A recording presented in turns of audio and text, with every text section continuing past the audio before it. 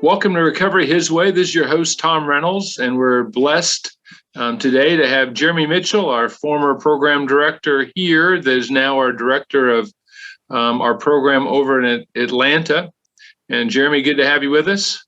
Thank you for having me. This has been an exciting year. I mean, this is our first year as His Way to help start another program and to establish something in Atlanta, and you've led that charge, and so I appreciate your leadership in that. And I know this past weekend we, celebrated, had our 1 year fundraising dinner, and we had our graduation on Sunday, and so we've had kind of a moment of celebration in this point of a year. And so I'm interested in kind of you sharing about how 1 year's been, what's happened as you've had to start kind of from scratch to establish a residential recovery program in the North Atlanta area. Well, thank you for asking. And once again, it's wonderful to be here. I will tell you that a lot has happened. When we got up here, Ava and I and the boy and our one son at that point, our apartment was ready, and the rest of the building needed a good bit of work. You couldn't even go into the backyard just because of not being taken care of for so long. And we have gone from that to a commercial building site, and also fully renovated residential piece of property. We've been completely full since January. We've had 5 baptisms, 8 graduates now. We have 3 people in our second 6 months.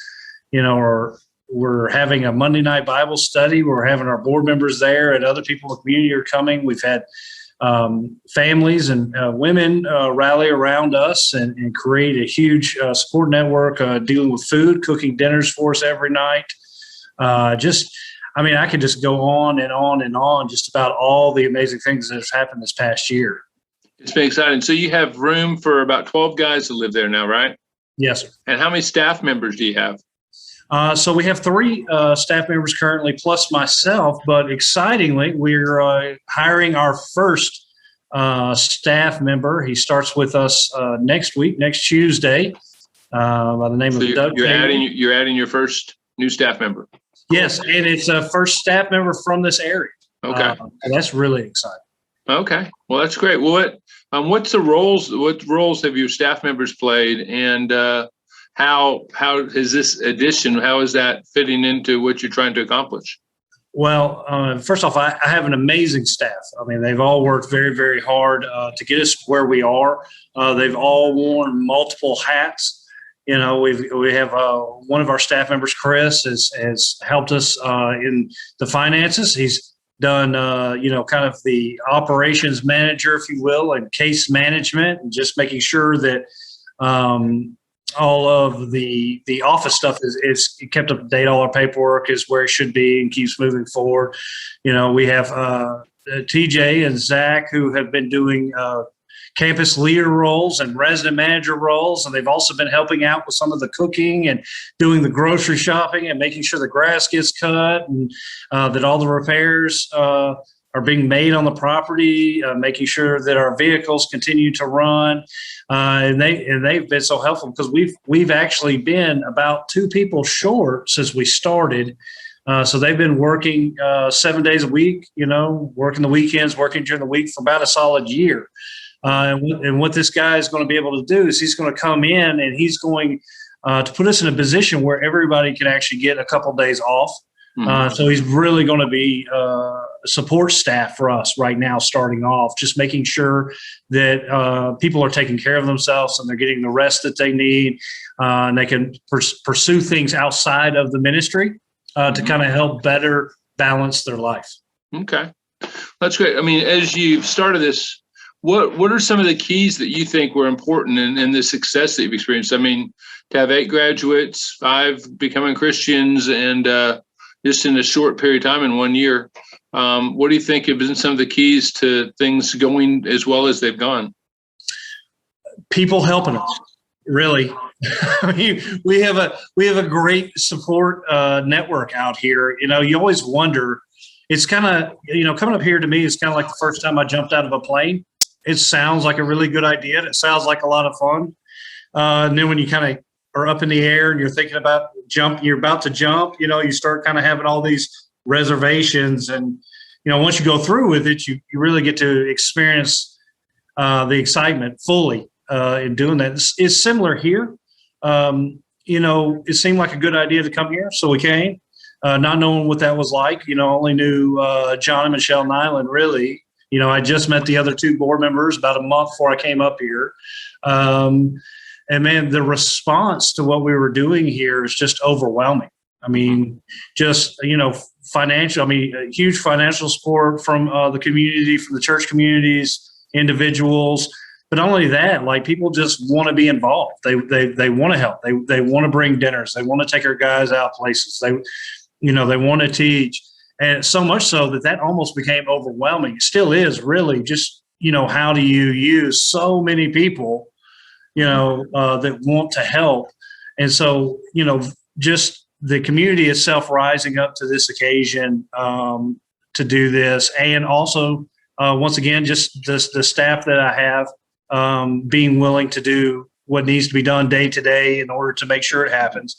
And also, one of the most important things that I don't want to forget to mention is the residents themselves. A lot of the success that we talk about, it comes down to them. Majority of the people that we've had come onto our property have been very serious about recovery, have been very serious about learning about God, making those big decisions in their life. And they've made our jobs a lot easier, even what I'm used to, even though I've been doing this, for several years now. And that's just been beautiful. In fact, we have a new problem. Nobody leaves. Everybody stays, which is a great problem to have. How is that? I see the good side of that. How is that a problem? Well, the problem is that these guys are doing great. We want to support them, and we want to go as far as they will allow us to go with them. But the problem lies in the fact that there are steadily more people coming to us wanting to have help. And we just it's so weird. In less than a year, we've actually run into a space issue. Right? We just don't have enough beds to deal with the need. Right. How has the word gotten out about your program? Obviously, you moved there, nobody knew about you and that type of thing. How did you go from that to people knowing about you? Well, once again, our community support, right? So His Way Huntsville has been so gracious to supply us with some residents from time to time, just people that needed to get into the Huntsville, wanted to get into a program, but weren't necessarily willing to wait the amount of time to get into the Huntsville campus. So that was one way we filled it up. The other major way that we filled up was we have a friend of the program who is, works with the court system. And they gave us the opportunity to talk to the accountability courts in Forsyth County. And so we did our presentation, and they gave us a shot. And that's turned out to be a really, really great partnership that we have with drug court in Forsyth County. In fact, more than half of our residents are currently in the drug court program in Forsyth County. So that was a big one. And then we have some where it's just the people in the community that have heard about us. They hear about somebody who needs some help, and they give us a call. They begin the process and say, hey, what do we need to do? What's the next step? And so we've gone through that as well. So as you get started and you're building a reputation, working with these guys, working with their families, obviously, as well, and communicating with them, what are some of the things that you think are really critical that you focus your attention on to make sure that y'all are doing well to continue to build a positive reputation? Well, I think, in Huntsville, I worked with case management a good bit, and I dealt with the legal system a lot. And one of the complaints, that a lot of our residents had, and some other people was, well, I just can't get, they have representation, but they can't get a hold of the lawyer they have, or they can't get a hold of this person or that person. Right. And so I always want to have that, we'll call you back, or we'll answer the phone kind of thought process. Just making sure that we're communicating, that we're getting back with people, as quickly as possible, whether it's good information they want to hear or they don't, and just making sure that people know that we consider them to be important, that they're issued. We respect the issues that they have going on. We want to do what we can to help. Probably the biggest focus is just making sure to keep communication with whoever desires to be a part of this. Right. That's good. I mean, I think that's true in interpersonal relationships as well as any kind of relationship. People want to be heard and they want to have quick responses so they know what's going on. So I think that's a great value. One of the, in this process, one of the things obviously comes up is challenges. You start from 0 and you have to get to 12 residents, 8 graduates, all this kind of stuff in 1 year. What are the things that have been the greatest challenges for you that you've had to face in getting from where you were to where you are today? Well, like I said at our fundraiser, and I'll say it again, the greatest challenge that I've had so far is just me. I've had a lot of learning to do. I've had a lot of, and I still do. I have a lot of growing to do. There's a lot of things that I kind of came on the scene and was responsible for, and never even considered the fact that I'd have to be responsible for it, right? And trying to work through that process and dealing with people, it always just kind of helps you to understand your own shortcomings, right, and your own difficulties. And so, I guess the greatest challenge would be myself. But the next challenge would be, it's great that everybody wants to get involved and everybody wants to be a part of this, but it doesn't work well if we're not all in it together. You've got to create a team. You've got to create a family atmosphere. You've got to create some unity. And I think that, that has had its challenges over the past year, just, working through that process. You and I have talked about it, a good bit. And it's right. Because no one's necessarily wrong, but everybody has their own ideas and their own passions. And, how do you allow people to fulfilled in what they're pursuing and get to, kind of walk in the passion that God's given them, but also make it impactful and beneficial for the whole group. Right. Right. Yeah. And I guess too, the third thing I would say is just patience has been one of the greatest challenges.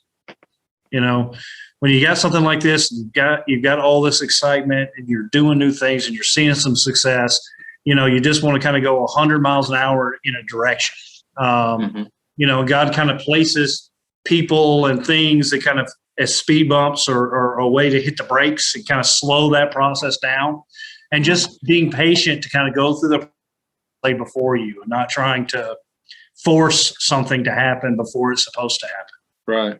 I want to go back a second. You mentioned obviously that probably the greatest challenge has been you and some of your growth, that kind of thing.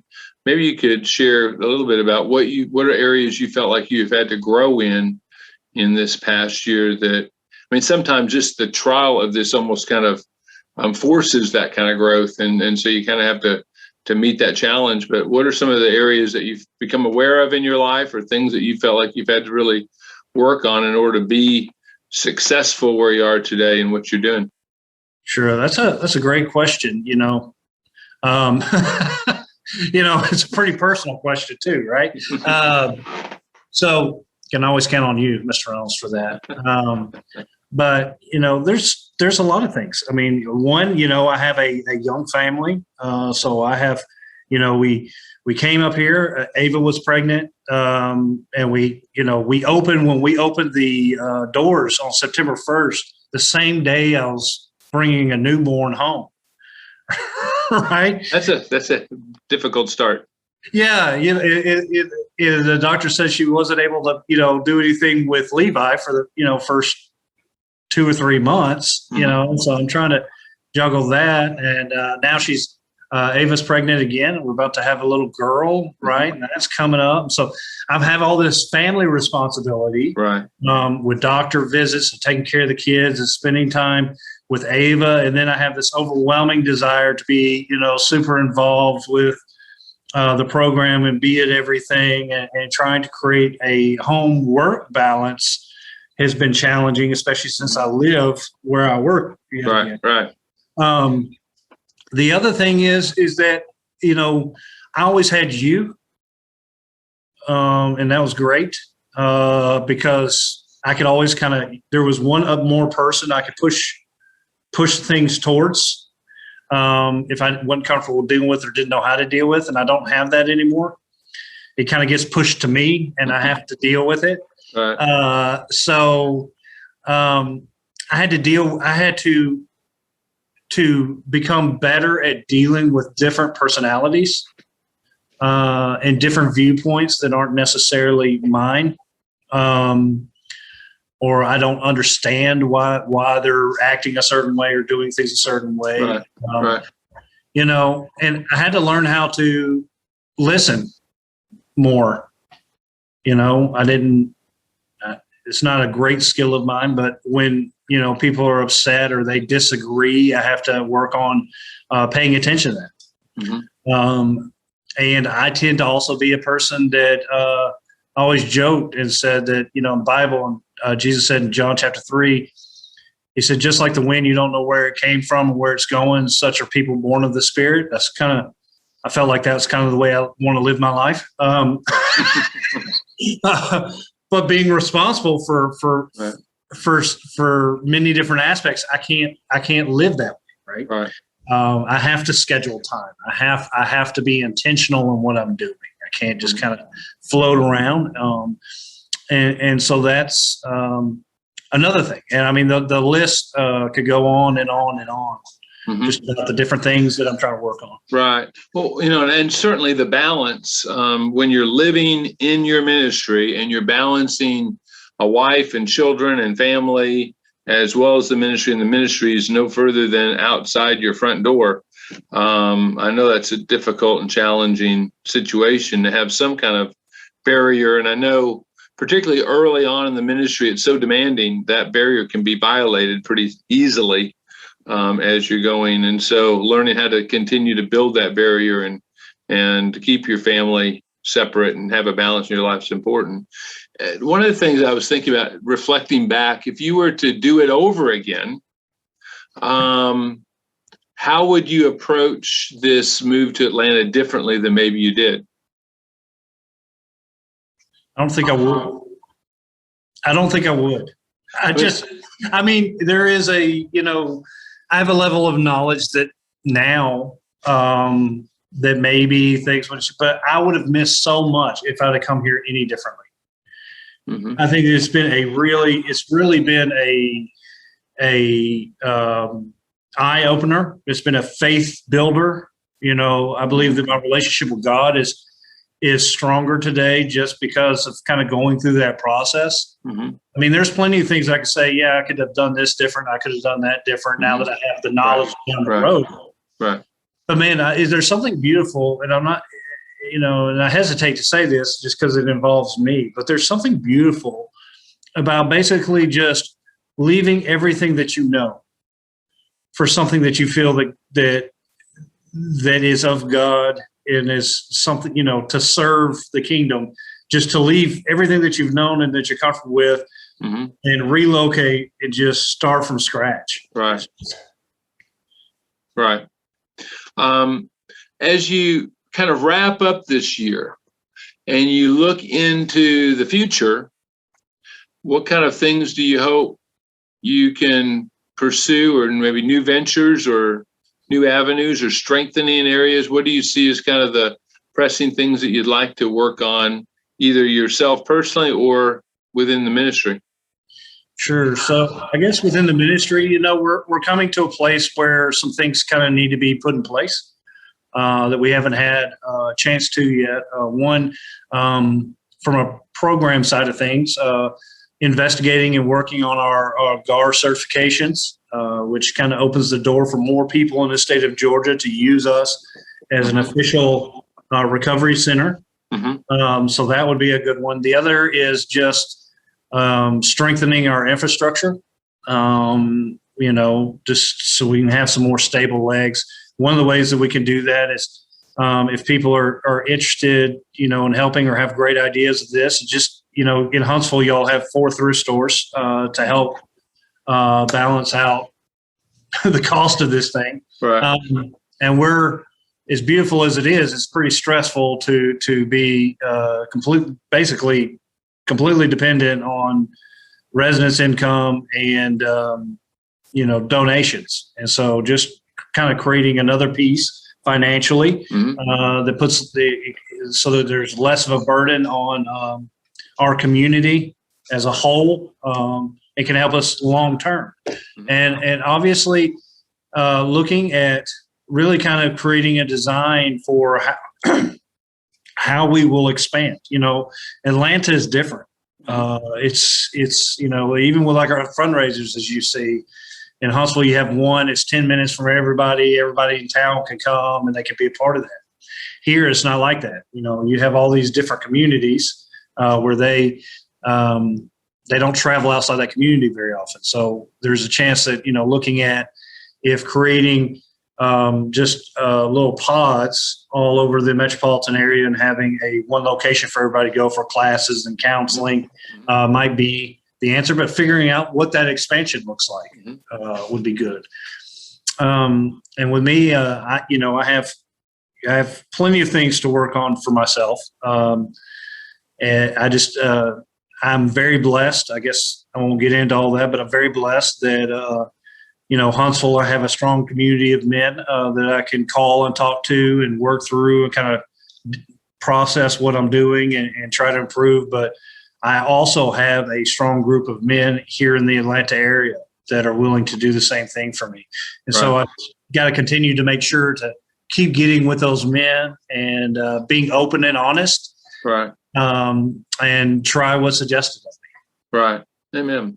Well, I know a lot of people maybe listening or watching this today that haven't gotten into recovery ministry yet. They're learning about it. They're trying to think about how they might get involved in the future. Any words of wisdom, suggestions for people thinking about doing this in terms of what you would have to say to them? I think it would be great. I think any kind of ministry that you can get involved in where you're serving other people and you're giving with no expectation of getting back is a beautiful thing. I will say that as since I've been here, you brought up a point years ago, and usually when you say things that I think are really, really smart, I tend to remember them. But years and years, I forget them. You forget them, but I remember them. You brought up this point years ago, but I'm really seeing it kind of play out in Atlanta. And it is this concept of local foreign ministry. It's basically a foreign ministry in your backyard. They might speak the same English, the same language, but it's a different culture. It's got a different set of rules. They communicate differently. Right. And when you get in it, the best thing to do once you get in is listen to the people that are already in the ministry that are working in it every day, that can give you some helpful hints and pointers. Be open to that, and listen to the community itself. The people that are in it every day. They have a drug addiction or alcohol problem, and they're there and they're living this thing out. Listen to them. I mean, there are some very wise people on how to deal with themselves, right? And just be open to the fact, to the thought process that one, you might not necessarily know how to do it, and that's okay. And also be open to the fact that things might work differently in those environments than they do other places. But I will tell you that, I've been doing this, I guess, for 11 years or so. I've never regretted a single day of being a part of a ministry like His Way. And so I also think that's the same for everyone else. I think that the people who serve in those communities get far more out of it than the people who are being served. All right. Well, man, Jeremy, I thank you so much for joining us today. I thank you for the work that you put into the last year to get where you're going. And it's going to be interesting to see, exciting to see what God has in store for us in the years to come. And I'm proud of you, praying for you. Want to continue to see the growth there, loving to be a part of your team and watching your success. So thank you for being with us today. And thank you for listening to us. Recovery His Way. If you'd like to learn more about our program, you can check out our website at hiswayinc.org.